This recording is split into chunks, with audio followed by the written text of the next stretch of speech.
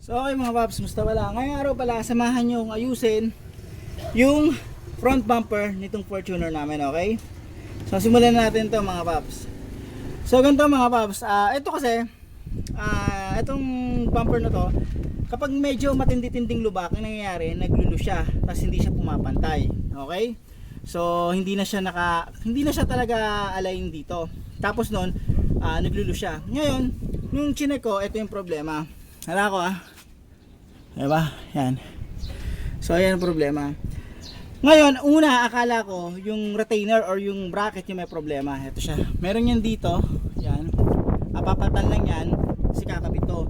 Yung chinek ko okay naman. Pati yung butas dito sa loob, okay siya. Kasi ganito yan. Meron yung dito. May nakaganyan yan. Nakaipit yun dyan. Useless na rin. Hindi na rin uubra. Kasi nga, sira na to. So may butas yan dito sa kabila, yung kakabitan nito. Diyan. Ngayon, gagawin ko, ayusin ko to. So DIY to mga paps. Kaya kung nagtitipid kayo, gawin niyo na lang to. Okay? So, gagawin ko lang dito, i-cable tie ko lang rito.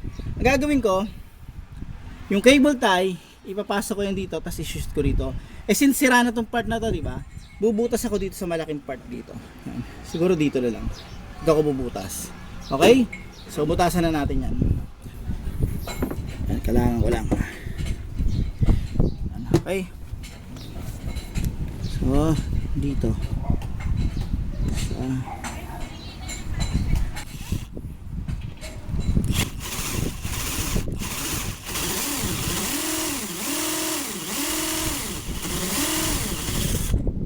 yan. So, okay na siya. Ngayon, gagawin ko ito. Tanggalin ko na to, itong kalang ko. Yan, okay na. Tapos, may butas yan dito May butas yan dito. Pakita ko nga. So, ito yung butas niyan. Yan. Nakita nyo? Yung butas na yan, dyan ko ipapasok ang cable tie. Tapos, yung kabilang side ng cable tie dito. Kumbaga parang yun yung maglalak dyan. Okay? So, okay mga paps, ayan yung ginawa ko. Yan. So, sinut ko dyan. Nakita nyo? Nakashoot yan dyan. Tapos, nakapasok yan dito.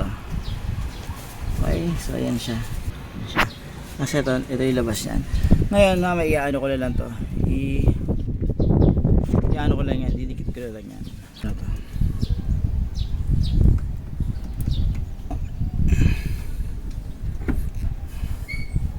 Pasok ko na yan dyan. Pag ganyan. Yan.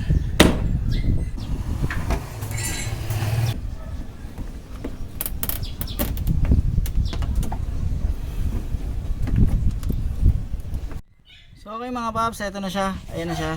Nakita nyo. Although hindi siya ganun ka pantay, pero kahit paano hindi na to maglulus. Ayan, pakita ko sa inyo Nakita nyo ba? So ang gagawin ko na lang ngayon, i-cut ko to. Ayan. So paano mga paps, hanggang dito na lang yung video ko. Sana kahit paano itong video na to nakatulong to in case na naglulus o hindi pantay yung front bumper ng sasakyan nyo. Tingnan nyo muna yung retainer, yung bumper retainer or yung bumper bracket. Kapag sira na yung, palitan nyo na. Sa case nito, ang problema yung pinaka mismo butas dito sa may bumper. Okay, so yan, ginawa ko na lang ng paraan. Yeah. Okay, so tanggalin ko na lang yung mamaya. Paano mga paps, maraming salamat sa inyo.